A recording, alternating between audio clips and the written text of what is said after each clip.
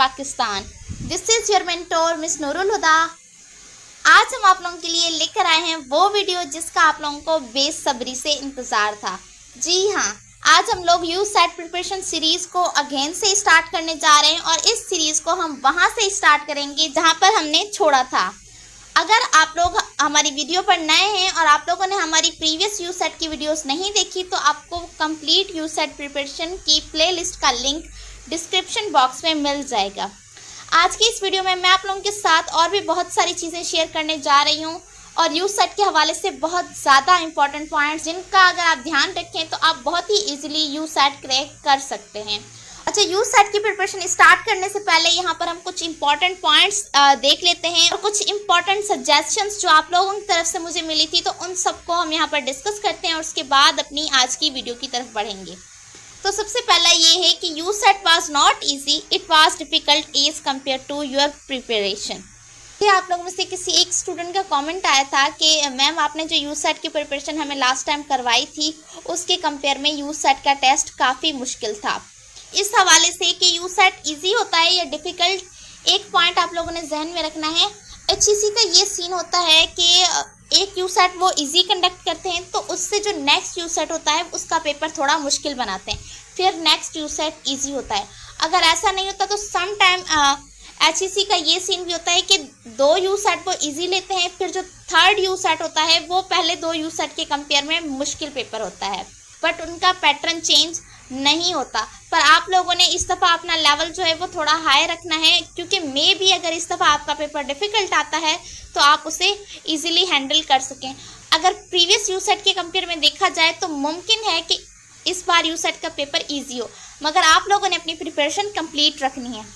Next है I give you a just method not same papers. अच्छा, कुछ students मुझे ये भी कह रहे थे कि मैम आपने हमें जो भी तैयारी करवाई थी उसमें से तो कोई भी एमसीक्यूज़ नहीं आया था। तो जो प्रिपरेशन मैं आप लोगों को करवा रही हूँ ना, वहाँ से आपको डायरेक्ट कोई एमसीक्यूज़ नहीं मिलेगा। मैं आपको जस्ट मेथड बताती हूँ कि किस तरह के क्वेश्चंस आ सकते हैं, क्योंकि मैंने आप लोगों के साथ शायद एनालॉजी के कुछ क्वेश्चंस शेयर किए थे और वर्बल रीजनिंग में सेंटेंस कंप्लीशन, साइनोनिम, एंटोनिम, इस तरह के कुछ क्वेश्चंस मैंने आप लोगों के साथ शेयर किए थे।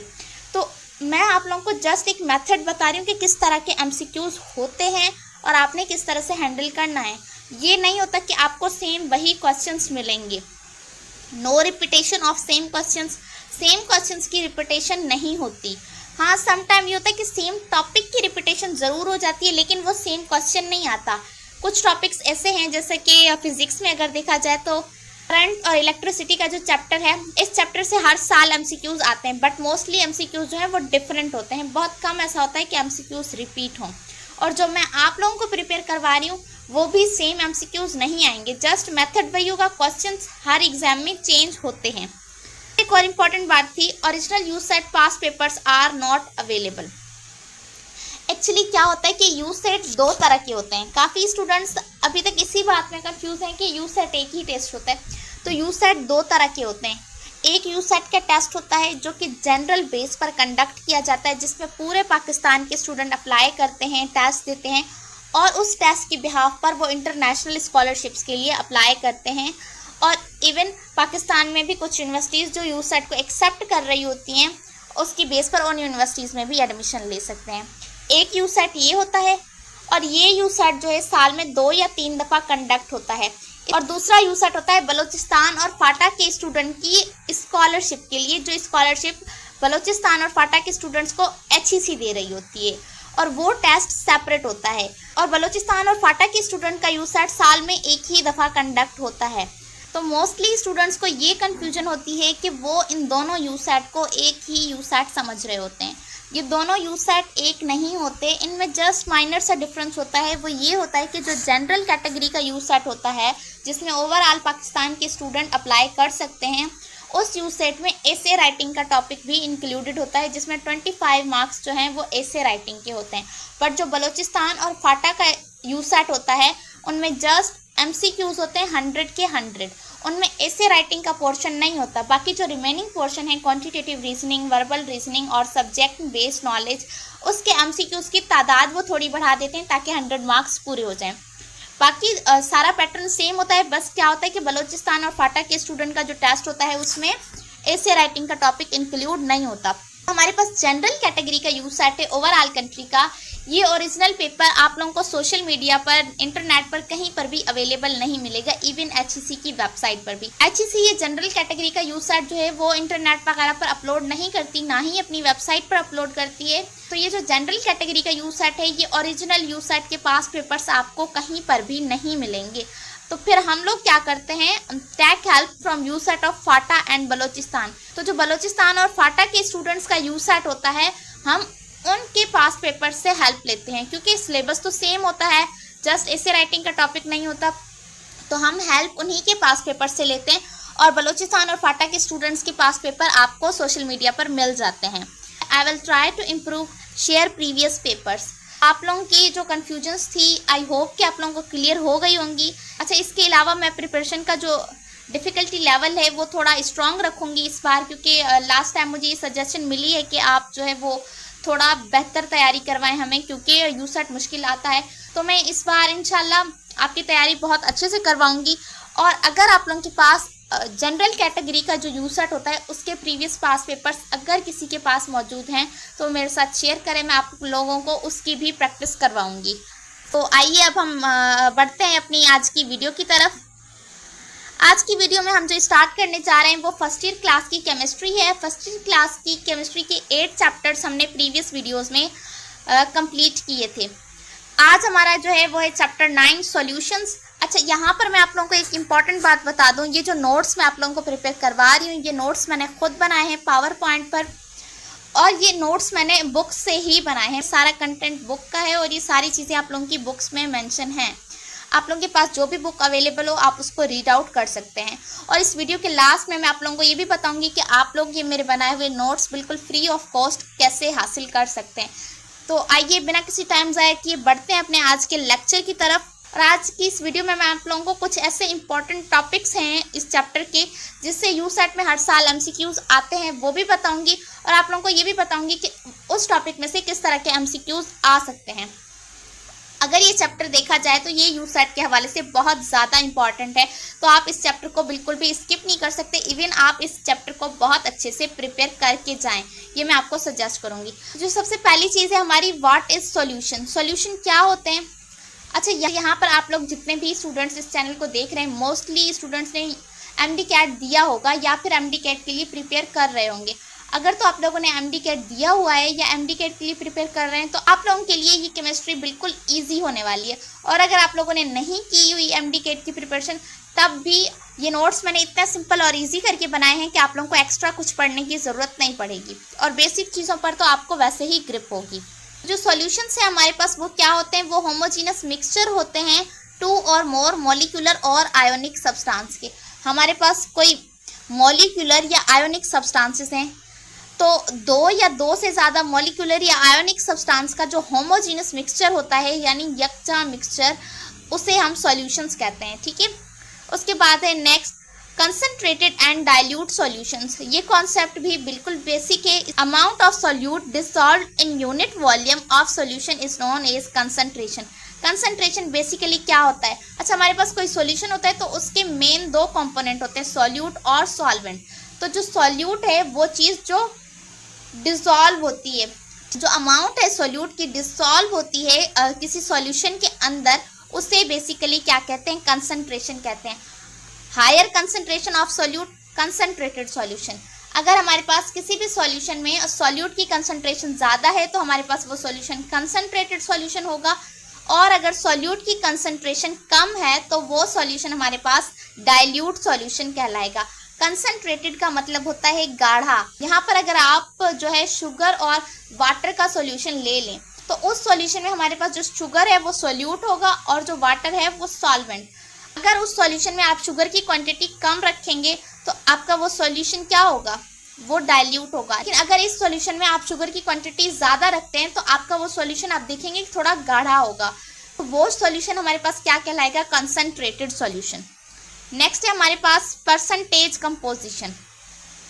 Amount of solute and solvent can be expressed in percentage composition by 4 different ways. अब वो डिफरेंट वेज कौन से हैं, आइए आगे चल के देखते हैं।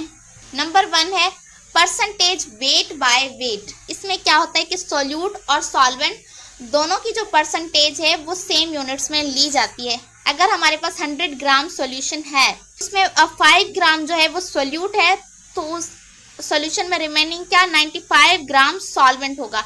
इसमें हमें एग्जैक्ट क्वांटिटीज पता होती हैं क्योंकि हम इसमें सॉल्यूट और सॉल्वेंट दोनों को वेट बाय वेट ले रहे हैं। नेक्स्ट है हमारे पास परसेंटेज वेट बाय वॉल्यूम। इस तरह के जो सॉल्यूशन होते हैं उसमें हम सॉल्यूट का वेट ले रहे होते हैं, लेकिन सॉल्वेंट का जो है वो हम वेट नहीं ले रहे होते, उसका हम वॉल्यूम ले रहे होते हैं। ठीक है, अगर हमारे पास जो 10 ग्राम सॉल्यूट वो डिसॉल्व है 100 क्यूबिक डेसीमीटर ऑफ सॉल्यूशन, तो ये हमारे पास क्या होगा 10% weight by volume, but the exact quantity of solvent is unknown.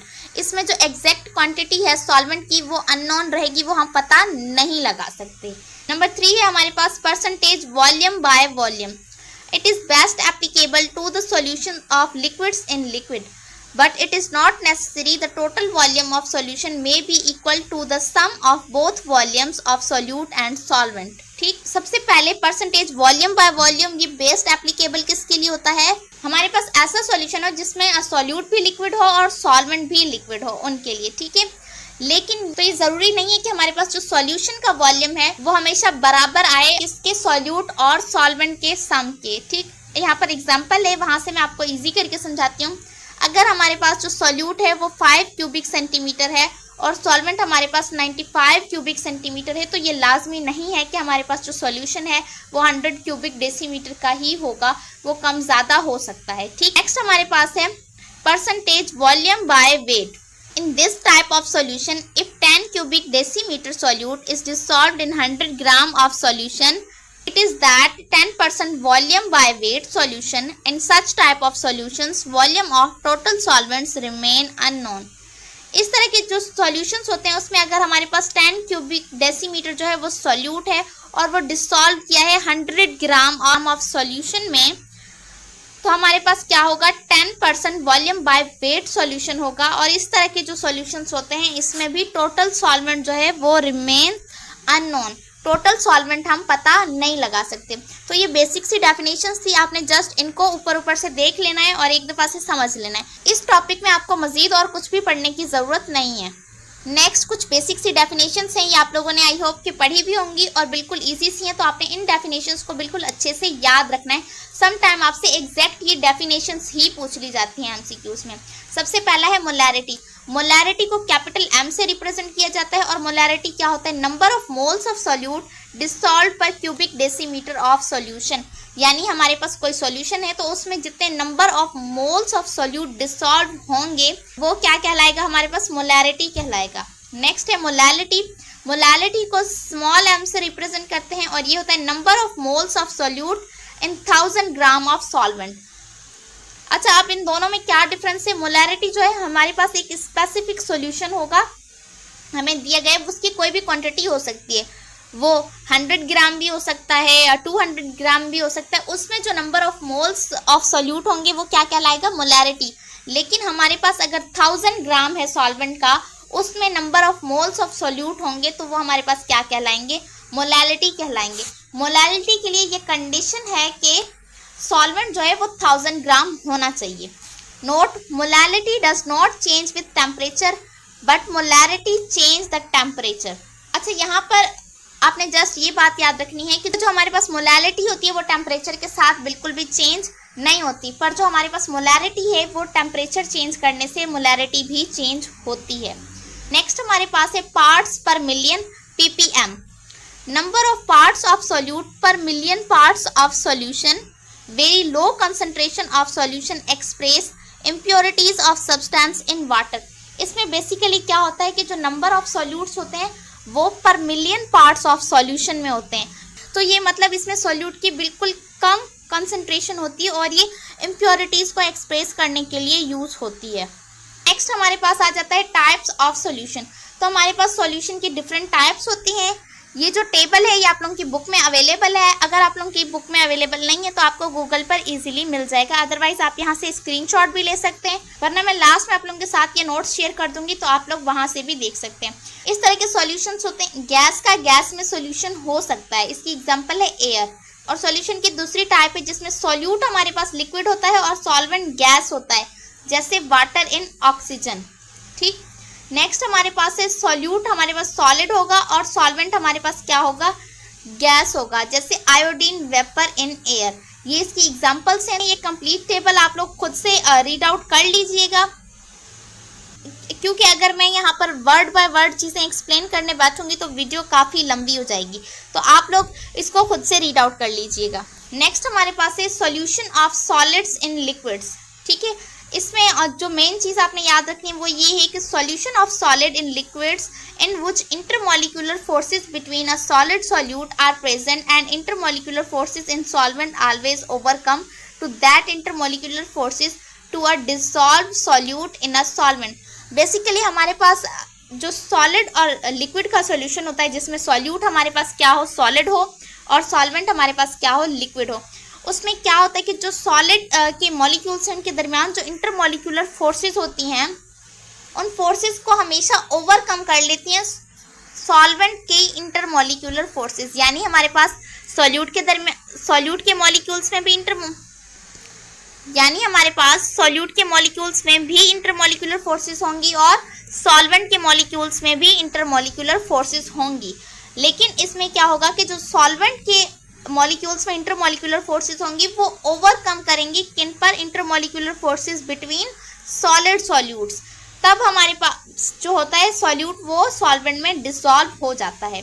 Next point है इंटरमॉलिक्यूलर फोर्सेस और inter ionic forces of attraction between highly polar molecules are strong than non polar molecules. ये point आपने याद रखना है कि जो intermolecular forces होती हैं या इंटर आयोनिक फोर्सेस होती हैं, आयोनिक फोर्सेस कहाँ होंगी, आयोनिक कंपाउंड्स में। ठीक है, तो जो इंटरमॉलिक्यूलर और इंटर आयोनिक फोर्सेस होती हैं वो पोलर मॉलिक्यूल्स के दरमियान स्ट्रॉन्ग होती हैं as compared to non-polar molecules. So for that reason polar solids fail to dissolve in non-polar solvents. Only polar solute dissolve in polar solvent and non-polar solute dissolve in non-polar solvent।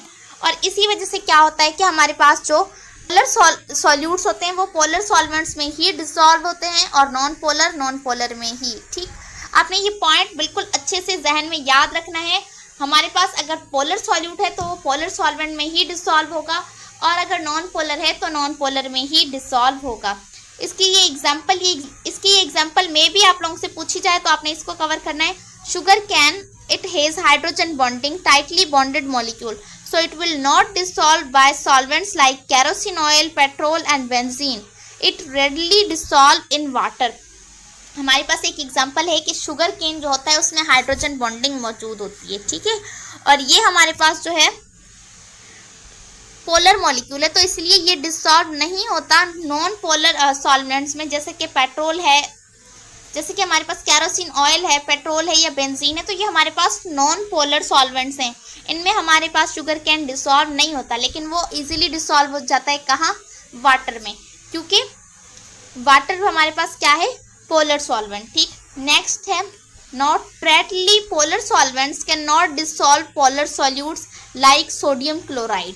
इस point को भी आपने याद रखना है। एक और point है acetone is moderately polar solvent. Acetone जो है हमारे पास वो मॉडरेटली पोलर सॉल्वेंट है, तो ये सोडियम क्लोराइड जैसे सॉल्यूट को डिसॉल्व नहीं करता। अब इसके अलावा कौन कौन से पोलर सॉल्यूट्स हैं, कौन से मॉडरेटली पोलर सॉल्यूट्स हैं या सॉल्वेंट्स हैं, तो आपने इनकी एग्जांपल करनी है प्रैक्टिस बाय योरसेल्फ। तो आपने खुद से प्रैक्टिस करनी है कि कौन से पोलर सॉल्वेंट्स हैं, कौन से नॉन पोलर हैं और कौन से सॉल्वेंट्स जो हैं वो मॉडरेटली पोलर हैं। नेक्स्ट है हमारे पास सॉल्यूशंस ऑफ लिक्विड्स। ये बहुत इंपॉर्टेंट टॉपिक है और के टेस्ट में तकरीबन हर साल इस टॉपिक में से एमसीक्यूज लाजमी आता है। लिक्विड्स, पहला हमारे पास है मिसिबल लिक्विड्स। ऐसे liquids completely miscible in liquids like alcohol and water, alcohol and ether, यानी वो लिक्विड्स जो कि कंप्लीटली एक दूसरे में मिक्स हो जाएं, डिसॉल्व हो जाएं, तो उनको क्या कहते हैं, कंप्लीटली मिसिबल लिक्विड्स। और उसकी एग्जांपल है alcohol and water, alcohol and ether, यानी अल्कोहल और वाटर भी होमोजीनस मिक्सचर बना लेते हैं और अल्कोहल और ईथर भी बना लेते हैं। मजीद एग्जांपल्स आप लोगों ने खुद से लाजमी देखनी है। नेक्स्ट हमारे पास है पार्शियली मिसिबल लिक्विड्स। अब जो पार्शियली मिसिबल लिक्विड्स होते हैं dissolve in one another up to a limited extent. ये लिक्विड्स भी एक दूसरे में डिसॉल्व होते हैं बट एक लिमिट तक, ठीक है, ज्यादा नहीं, एक माइनर सी क्वांटिटी में ही डिसॉल्व होते हैं। इसकी एग्जांपल है ether dissolve water to extent of about 1.2%। अब जो ईथर है वो वाटर में डिसॉल्व होता है अबाउट 1.2%, रिमेनिंग जो है वो उसमें डिसॉल्व नहीं होता है। यानी जब इस तरह के हमारे पास सॉल्यूशंस होते हैं तो वो दो लेयर्स में हमें मिलेंगे, अपर लेयर और लोअर लेयर, लेकिन उनके दरमियान में वो क्या होगा कि थोड़े से मिक्सअप होंगे, ठीक। नेक्स्ट है water dissolve ether up to extent of about 6.5%। अब जो वाटर है, अगर हमारे पास वाटर सॉल्वेंट है, आपने इस चीज़ों को ध्यान में रखना है कि एक कंडीशन में ईथर हमारे पास एज अ सॉल्यूट है और ये वाटर में डिसॉल्व होता है अबाउट 1.2%, ठीक है, और दूसरी कंडीशन में हमारे पास वाटर सॉल्यूट है और ईथर सॉल्वेंट है जिसमें वाटर 6.5% डिसॉल्व हो जाता है। नेक्स्ट है कॉन्जुगेट सॉल्यूशन। ये डेफिनेशन आपने लाजमी करनी है, ये यूसेट के पास्ट पेपर में क्वेश्चन था। Two different layers of liquid is saturated solution of one another liquid, such type of solution are called conjugate solution। अच्छा, ये जो conjugate solutions है ये हमारे पास किसकी एग्जांपल है? partially miscible liquids की। इसमें क्या होता है कि दो different layers होती हैं saturated solutions की of one another such type of, तो इस तरह के जो solutions हैं उनको क्या कहा जाता है? conjugate solution कहा जाता है। और कॉन्जुगेट सॉल्यूशन जो है वो इफेक्टेड बाय टेम्परेचर, ये टेम्परेचर से इफेक्ट होते हैं। अब हमारे पास एग्जांपल्स हैं कॉन्जुगेट सॉल्यूशंस की, ये आपने लाजमी करनी है और ये तीनों एग्जांपल्स आपने अच्छे से याद रखनी है। Phenol water system, try ethyl amine water system, nicotine water system, ये तीनों एग्जांपल्स आपने याद रखनी है। नेक्स्ट हमारे पास है फिनोल वाटर सिस्टम। ये बहुत ही इंपॉर्टेंट टॉपिक है और यहाँ से क्वेश्चन लाजमी आता है। फिनोल वाटर सिस्टम हमारे पास 2 लेयर सिस्टम है। 25 सेंटीग्रेड के ऊपर क्या होता है कि जो अपर लेयर होती है हमारे पास हमेशा अपर लेयर वाटर की होती है और लोअर लेयर फिनोल की होती है। तो जो अपर लेयर है वो 5% सॉल्यूशन होता है of phenol in water, phenol का वाटर में, ठीक है, और लोअर लेयर में क्या होता है 30% वाटर इन फिनोल, ठीक। At the temperature of 65.9 centigrade, two liquids of conjugate solution completely mix to each other and this temperature is called critical solution temperature, ठीक है। 65.9 सेंटीग्रेड वो टेम्परेचर है जो कॉन्जुगेट सॉल्यूशन है वो कम्प्लीटली मिक्स हो जाते हैं, यानी ये जो दो सेपरेट लेयर्स हैं ये कम्प्लीटली मिक्स होकर होमोजीनस मिक्सचर बना लेती हैं और इस टेम्परेचर को क्रिटिकल सॉल्यूशन टेम्परेचर कहा जाता है। और क्रिटिकल सॉल्यूशन टेम्परेचर की डेफिनेशन पिछले यूसेट्स में पूछी जा चुकी है। प्रैक्टिकली इमिसिबल, वो लिक्विड्स जो कि इमिसिबल हों, तो जाहिर सी बात है those liquids which do not dissolve in each other, जो एक दूसरे में डिसॉल्व ना हो, और उसकी एग्जांपल है water and benzene, water and carbon disulphide, water and टॉलिन। ये तीनों एग्जांपल्स आपने याद रखनी है। नेक्स्ट हमारे पास है ideal and non ideal solutions. तो आइडियल और नॉन आइडियल सॉल्यूशंस का आपने ये डिफरेंस देख लेना है, आपने खुद से भी इसको एक दफ़ा रीड आउट करना है। मैं यहाँ से आपको जस्ट ऊपर से थोड़ा सा समझा देती हूँ, बाकी आपने ये खुद रीड आउट करना है। The forces of attraction between molecules of different components solute and solvent are same as when they were in pure state are called ideal solutions। अच्छा, आइडियल सॉल्यूशन में क्या होता है कि जो फोर्सेस ऑफ अट्रैक्शन होती है between molecules of different components of solute and solvent, यानी सॉल्यूट और सॉल्वेंट के जो कंपोनेंट्स होते हैं या उनके जो मॉलिक्यूल्स होते हैं उनके दरमियान सॉल्यूशन बनने से पहले जो इंटरमॉलिक्यूलर फोर्सेस होती हैं वो सॉल्यूशन बनने के बाद भी सेम रहती हैं जैसी वो प्योर स्टेट में थी, ठीक है। और नॉन आइडियल में क्या होता है कि जो इंटरमॉलिक्यूलर फोर्सेस हैं जो प्योर स्टेट में होती हैं, सॉल्यूशन बनने के बाद वो इंटरमॉलिक्यूलर फोर्सेस सेम नहीं रहती मॉलिक्यूल्स की, वो चेंज हो जाती हैं, ठीक है। नेक्स्ट है if the volume of solution is equal to the sum of the individual volumes of components then solution is ideal. यानी इसमें हमारे पास क्या है कि अगर हमारे पास जो है वो 5 ml सॉल्यूट है और 95 ml हमारे पास सॉल्वेंट है, तो इन दोनों का अगर हम सम लें वो हमारे पास 100 ml आता है, तो हमारे पास सॉल्यूशन 100 ml आना चाहिए। अगर ऐसा है तो हमारे पास सॉल्यूशन आइडियल है, वरना सॉल्यूशन नॉन आइडियल है, और ऐसा मोस्ट ऑफ द केसेस में नहीं होता, ठीक। नेक्स्ट है enthalpy change. If the enthalpy change of solution is 0 then solution is ideal. अच्छा, एंथैल्पी चेंज क्या होता है हीट चेंज होना, यानी हमारे पास जो प्योर स्टेट में सॉल्वेंट था वो जिस टेम्परेचर पे बॉयल हो रहा था, सॉल्यूशन बनने के बाद भी वो सॉल्वेंट उसी ही टेम्परेचर पर बॉयल हो रहा है, तो वो हमारे पास आइडियल सॉल्यूशन है। और अगर उसका बॉइलिंग पॉइंट चेंज होता है तो वो हमारे पास क्या है, नॉन आइडियल सॉल्यूशन है। और नेक्स्ट है Raoult's law. If the solutions obey Raoult's law then solutions is ideal. जो सॉल्यूशंस राउल्ट्स लॉ को ओबे करते हैं वो आइडियल सॉल्यूशंस होते हैं, और जो राउल्ट्स लॉ को ओबे नहीं करते वो नॉन आइडियल होते हैं। अच्छा, राउल्ट्स लॉ हमारे पास क्या है वो मैं आप लोगों को यहाँ पे करवा देती हूँ। The temperature of solvent above solution is equal to the product of the vapour pressure of pure solvent. ये डेफिनेशन आपने एज इट इज जहन में रखनी है। राउल्ट्स लॉ ये कहता है कि जो हमारे पास प्योर वाटर है उसका जो हमारे पास वेपर प्रेशर है, अगर उस वाटर का सॉल्यूशन बनाया जाए जिसमें सॉल्यूट डिसॉल्व हो, तो उस सॉल्यूशन का भी वेपर प्रेशर वो सेम हो जो वाटर का प्योर स्टेट में था। ये राउल्ट्स लॉ स्टेट करता है। नेक्स्ट है the lowering of vapour pressure is directly proportional to the mole fraction of solute. ये बात भी हमें राउल्ट्स लॉ बताता है कि जो लोअरिंग ऑफ वेपर प्रेशर है is directly proportional to the mole fraction of solute, यानी हमारे पास जो है वो वाटर था उसका वेपर प्रेशर ज़्यादा था पहले। अब वाटर का अगर हमने सॉल्यूशन बनाया है जिसमें सॉल्यूट को डिसॉल्व किया है, उसका वेपर प्रेशर कम हो गया है, तो वो डायरेक्टली प्रोपोर्शनल है किसके, मोल फ्रैक्शन ऑफ सॉल्यूट के। यानी जितना ज़्यादा सॉल्यूट ऐड करेंगे उसका वेपर प्रेशर उतना ज़्यादा कम होगा, ठीक। और अगर उसमें सॉल्यूट की तादाद कम होगी तो उसका जो वेपर प्रेशर है वो ज़्यादा होगा। नेक्स्ट है dependence of Raoult's law. Raoult's law किन चीज़ों पर डिपेंड करता है, ये इंडिपेंडेंट होता है टेम्परेचर से, डिपेंड करता है किस पर, upon the concentration of solute. और नेक्स्ट है constant when molecular proportion of different solute are dissolved in the same mass of the same solvent. तो बेसिकली ये क्या कह रहा है कि हमारे पास डिफरेंट जो सॉल्यूट्स हैं, अगर हम उनकी सेम अमाउंट जो है वो सेम सॉल्वेंट में डालेंगे तो वो इक्की मॉलिक्यूलर प्रोपोर्शन है वो कांस्टेंट रहेगा। Next example of ideal solution. Ideal solution के पेयर्स की कुछ एग्जांपल्स हैं, ये आपने याद रखनी है। Benzene टॉलिन, benzene ether, chlorobenzene, bromobenzene, ethyl iodide and ethyl bromide. ये एग्जांपल्स हैं हमारे पास आइडियल सॉल्यूशंस की। नीचे नोट मोर volatile compounds less boiling point, less volatile मोर बॉइलिंग पॉइंट, ठीक है। हमारे पास जो कंपाउंड ज़्यादा वोलेटाइल होंगे उनका बॉइलिंग पॉइंट उतना कम होगा, ठीक है। और वो जो कम वोलेटाइल होंगे उनका बॉइलिंग पॉइंट ज़्यादा होगा। अब वोलेटाइल क्या होता है, वोलेटाइल कहते हैं फ्यूम्स बनने को, ठीक है। जिनके ज़्यादा फ्यूम्स बनते हैं, जो ज़्यादा फ्यूम्स बनकर उड़ते हैं, तो वो उनका बॉइलिंग पॉइंट हमारे पास कम होता है। जैसे कि आप अगर एग्जांपल ले लें, नेल रिमूवर जो मोस्टली यूज़ होता है घरों में, अगर उस नेल रिमूवर को आप थोड़ी सी देर के लिए खुला रख दें तो वो क्या होता है कि एवापोरेट कर जाता है, ठीक है। लेकिन अगर आप सेम क्वांटिटी में वाटर रखें तो वो इतनी जल्दी एवापोरेट नहीं करता। तो जो हमारे पास नेल रिमूवर है वो मोर वोलेटाइल है, क्यों, क्योंकि वो एवापोरेट कर रहा है, ठीक है।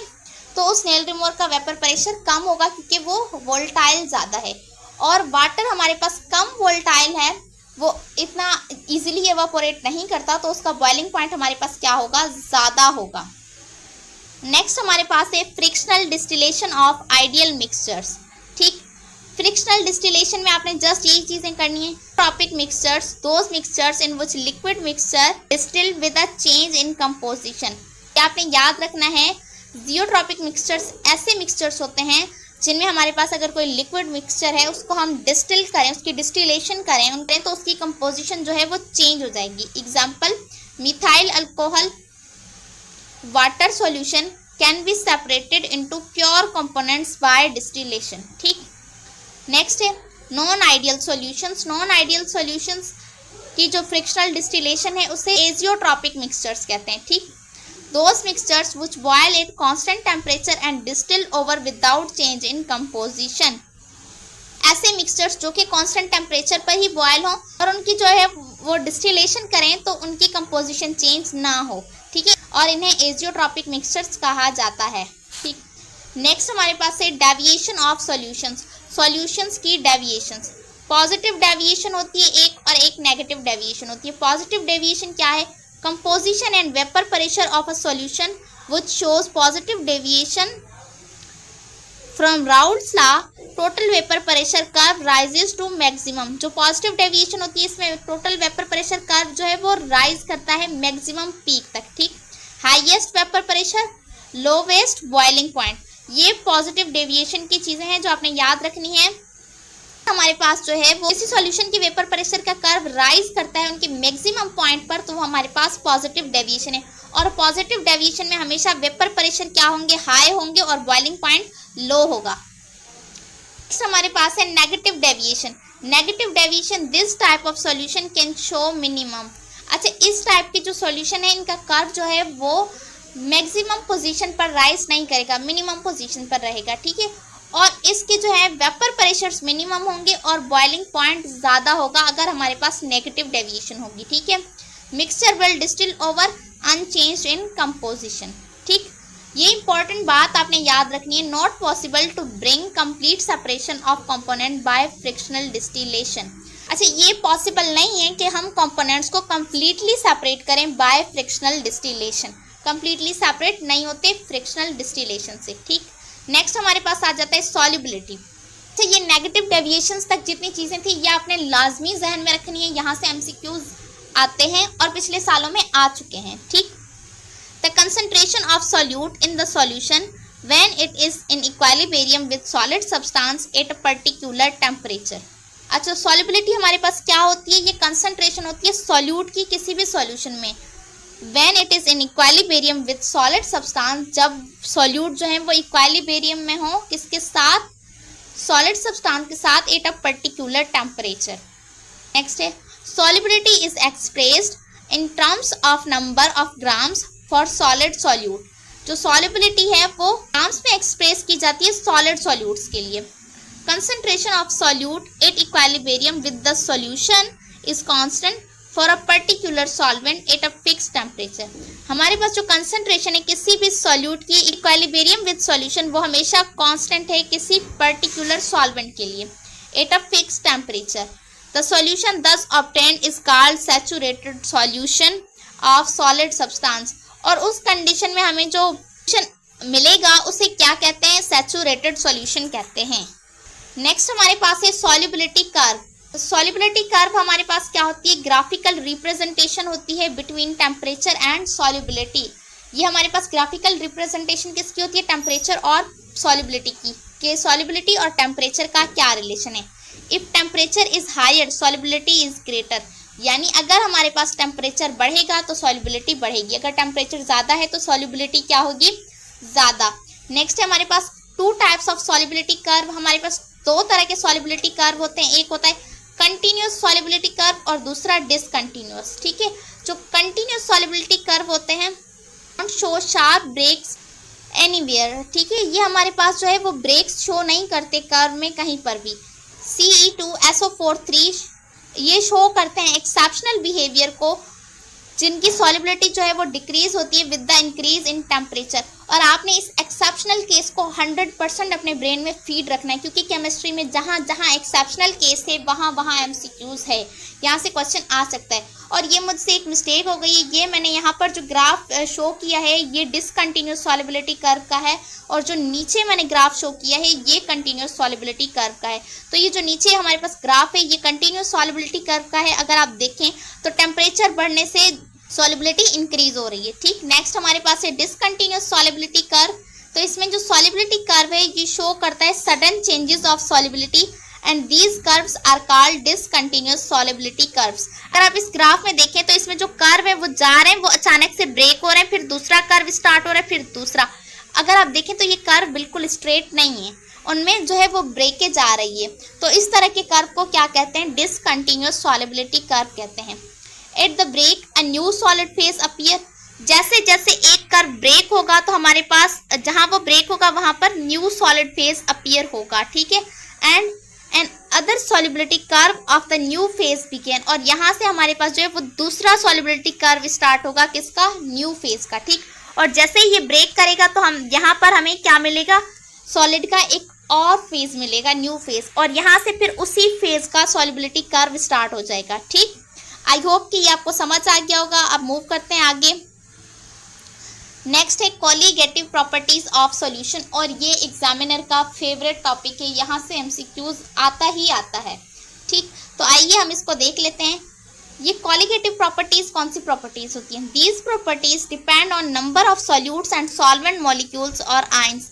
हमारे पास जो कॉलीगेटिव प्रॉपर्टीज हैं वो कम्प्लीटली डिपेंड कर रही होती हैं number of solutes and solvent molecules और आयंस, यानी हमारे पास कोई सॉल्यूशन है तो उसमें जो नंबर ऑफ सॉल्यूट्स हैं या जितना सॉल्वेंट है, ये कॉलीगेटिव प्रॉपर्टीज कम्प्लीटली उन पर डिपेंड कर रही होती हैं। ठीक है, आप कह सकते हैं कि कॉलीगेटिव प्रॉपर्टीज सॉल्यूट और सॉल्वेंट की कंसंट्रेशन पर डिपेंड करती हैं। ठीक है, नीचे कुछ एग्जांपल्स हैं कॉलीगेटिव प्रॉपर्टीज की जिनको हम डिटेल से डिस्कस भी करेंगे।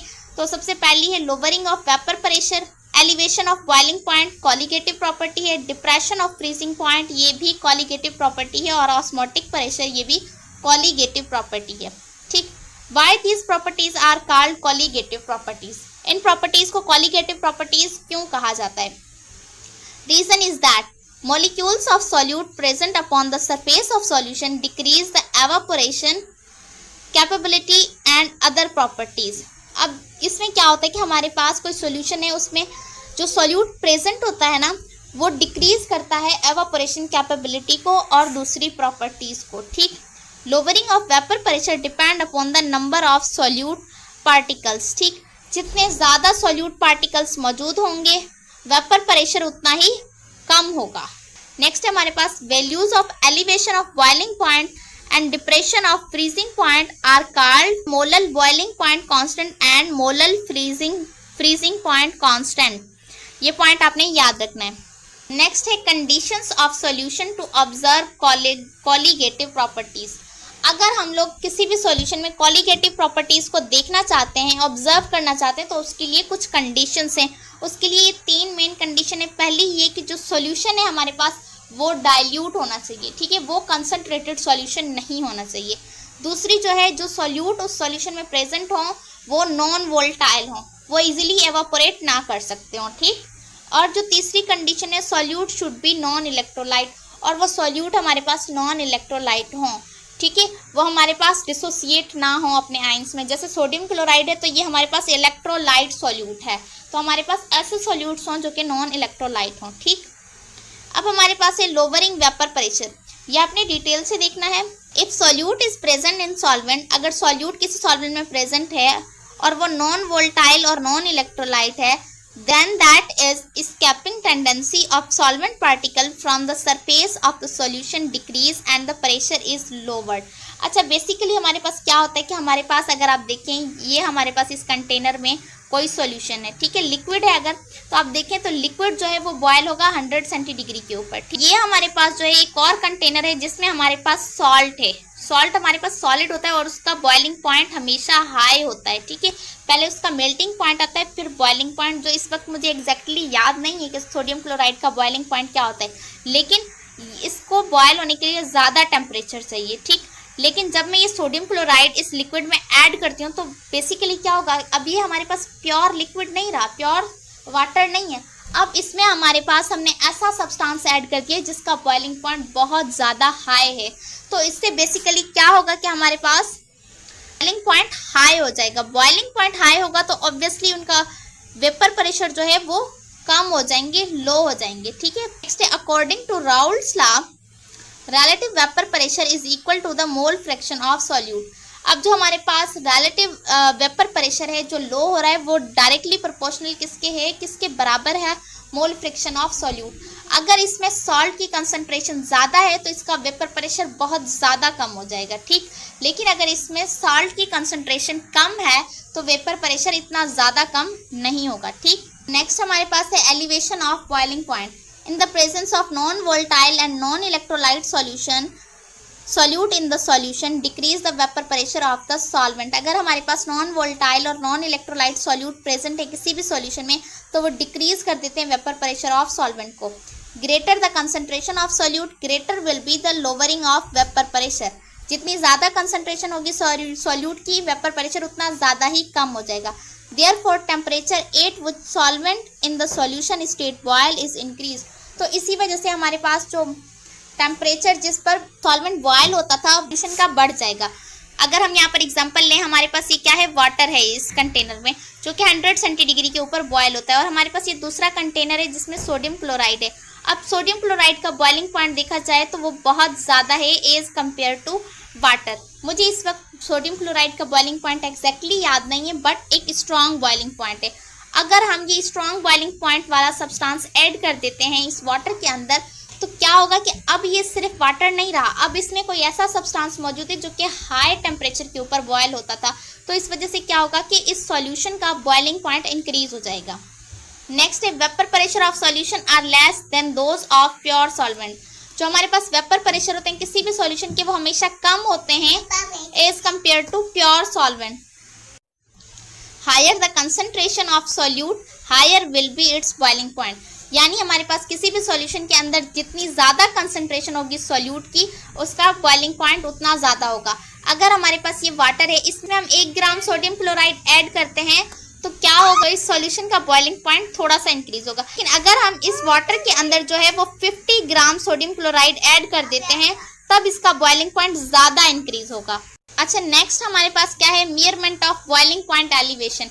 इसकी कंप्लीट थ्योरी है आपकी बुक में, कोई आधे पेज की या 1 पेज की। आपने कुछ भी नहीं करना, कुछ भी नहीं आता, उसमें कोई भी काम की चीज़ नहीं है। जस्ट आपने ये चीज़ याद रखनी है कि बॉइलिंग पॉइंट एलिवेशन की मेजरमेंट लैंड्सबर्गर मेथड के थ्रू की जाती है। ठीक, नेक्स्ट है depression of freezing point. Depression of freezing point क्या है, its solid and liquid phases have the same vapour pressure. अच्छा, यहाँ पर इट्स नहीं, इफ आएगा। Same vapour pressure, solution should freeze at lower temperature than pure solvent. ठीक, अच्छा, इसमें भी यही बात है कि अगर हमारे पास ये वाटर है, ये पहले 0 सेंटीडिग्री के ऊपर फ्रीज होता था, ठीक है, सॉलिड फेज में आता था। लेकिन अगर हम सोडियम क्लोराइड को देखें तो सोडियम क्लोराइड हमारे पास जो है वो रूम टेम्परेचर के ऊपर 15 सेंटीडिग्री या 20 सेंटीडिग्री टेम्परेचर के ऊपर सॉलिड स्टेट में ही रहता है।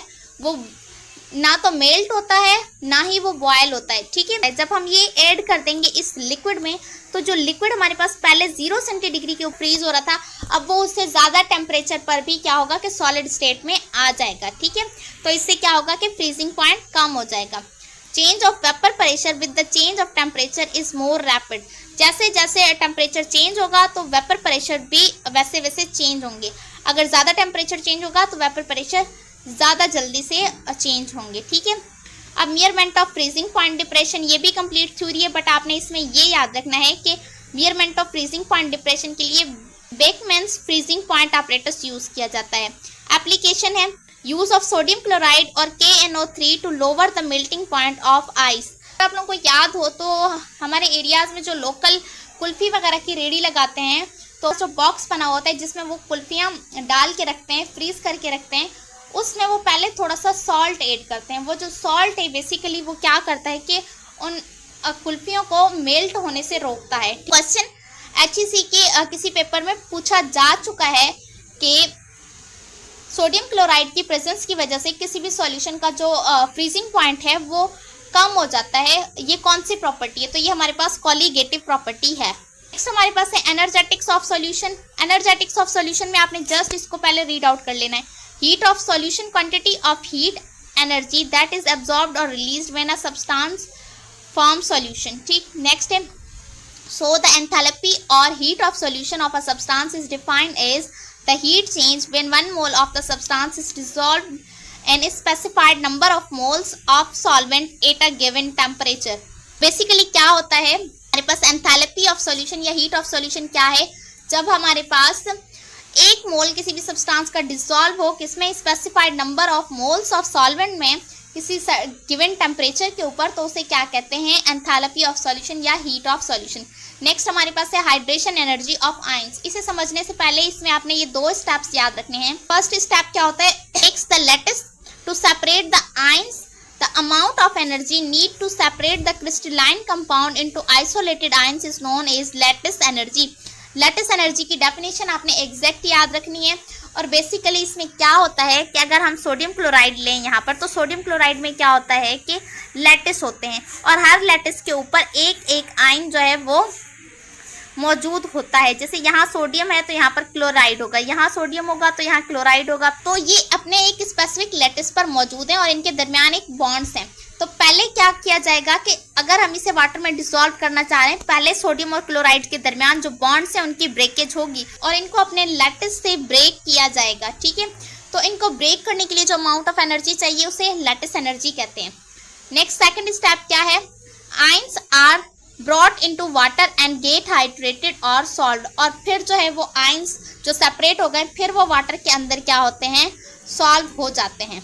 ठीक, a hydrated ions is attached by the solvent dipole and energy is released. अब जब हमारे पास वो जो हाइड्रेटेड आयंस हैं, जो उनको हाइड्रेटेड क्यों कह रहे हैं, क्योंकि उन्होंने अपने लैटिस को छोड़ दिया है, तो वो हमारे पास जो हाइड्रेटेड आयंस हैं, अब जब वो हमारे पास क्या होंगे, सॉल्वेंट के डायपोल्स के साथ अटैच्ड होंगे तो अमाउंट ऑफ एनर्जी रिलीज होगी, और जो एनर्जी रिलीज होगी इसी स्टेप में उससे हाइड्रेशन एनर्जी कहते हैं या फिर सॉल्यूशन एनर्जी भी कहते हैं। नेक्स्ट है हमारे पास hydration and hydrolysis, the process in which water molecules surrounded and interact with solutions molecules is called hydration. ठीक, ये डेफिनेशन आपने याद रखनी है। नेक्स्ट है हमारे पास crystalline substances which contain chemically combined water in definite proportion is called hydrates। ये माइनर सी डेफिनेशंस आपने याद रखनी है। Hydrates are mostly produced when aqueous solution of soluble salt is evaporated। Hydrates हमारे पास ज़्यादातर कब प्रोड्यूस होते हैं, जब हमारे पास एक्वस सॉल्यूशन किसका, सोल्यूबल साल्ट का एवापोरेट हो। ठीक, नेक्स्ट है interaction between salt and water are called hydrolytic reaction and the phenomena is known as hydrolysis. ठीक है, और इस फेनोमेना को क्या कहते हैं, हाइड्रोलाइसिस कहते हैं। नेक्स्ट है hydrolytic reaction produce weak bases. Hydrolytic reactions हमेशा क्या प्रोड्यूस करते हैं, वीक बेसिस को। ठीक, salts of strong bases and strong acids are not hydrolysed by water. हमारे पास कोई स्ट्रॉन्ग बेसिस या स्ट्रॉन्ग एसिड्स हैं, उनका सॉल्ट अगर हम वाटर में ऐड करें तो वो हाइड्रोलाइज नहीं होगा वाटर में। ठीक, एग्जाम्पल पोटेशियम क्लोराइड है या हमारे पास, या फिर हमारे पास पोटेशियम ब्रोमाइड है, तो ये अगर वाटर में ऐड की जाए तो ये हमें न्यूट्रल सॉल्यूशन देंगे। Cause these salts are not hydrolysed in water, क्योंकि ये जो सॉल्ट्स हैं हमारे पास ये वाटर के अंदर हाइड्रोलाइज्ड नहीं होते। ठीक है, नेक्स्ट पॉइंट है salt derived from weak acid and weak bases may not give neutral solution, they may give ionic solutions. यानी ऐसे सॉल्ट्स जो कि वीक बेसिस और वीक एसिड्स के सॉल्ट्स होंगे वो अब वाटर के अंदर ऐड किए जाएं तो वो हमें न्यूट्रल सॉल्यूशंस नहीं देंगे, वो हमें आयोनिक सॉल्यूशंस देंगे। तो ये थी हमारी आज की वीडियो जिसमें हमने फर्स्ट ईयर क्लास की केमिस्ट्री का चैप्टर नंबर 9 सॉल्यूशंस उसे complete A to Z cover किया। अच्छा, इस चैप्टर में मैंने कोई ऐसा पॉइंट नहीं छोड़ा जो कि यूसेट के हवाले से इम्पॉर्टेंट हो। मैंने हर वो चीज़ ऐड की जो कि यूसेट के हवाले से इम्पॉर्टेंट है और मैंने टू द पॉइंट चीज़ों को समराइज करके आपको दिया है ताकि आपकी प्रिपरेशन इजी हो सके। मुझे सिर्फ इस एक चैप्टर के नोट्स बनाने में 2 दिन लग गए, बट मैं आप लोगों के साथ ये सारे notes free of cost share कर रही हूँ ताकि आप लोग इजीली यूसेट की प्रिपरेशन कर सकें। तो आइए अब मैं आप लोगों को बताती हूँ कि आप लोग मेरे ये नोट्स कहाँ से हासिल कर सकते हैं। तो मैं इस वीडियो के डिस्क्रिप्शन बॉक्स में लिंक दे रही हूँ, आप लिंक से मेरे ये बनाए हुए नोट्स डाउनलोड कर सकते हैं और इनका रिवीजन कर सकते हैं। आपको इस चैप्टर में कुछ भी एक्स्ट्रा पढ़ने की ज़रूरत नहीं है, सारी चीज़ें मैंने कवर कर दी हैं और ये चैप्टर मोस्ट इंपॉर्टेंट है यूसेट के हवाले से। कौन कौन से क्वेश्चंस और टॉपिक्स इंपॉर्टेंट है वो भी मैंने आप लोगों को कवर कराए। तो मुझे उम्मीद है कि हमारी आज की वीडियो आप लोगों को पसंद आई होगी। अगर आप लोगों को ये वीडियो पसंद आई है इस वीडियो को लाइक कर दीजिएगा और अगर आप हमारे चैनल पर नए हैं तो इस चैनल को सब्सक्राइब कर दीजिएगा। अगर आप लोगों का सपोर्ट रहा तो इंशाल्लाह मिलते हैं नेक्स्ट वीडियो में, तब तक के लिए अल्लाह हाफिज़।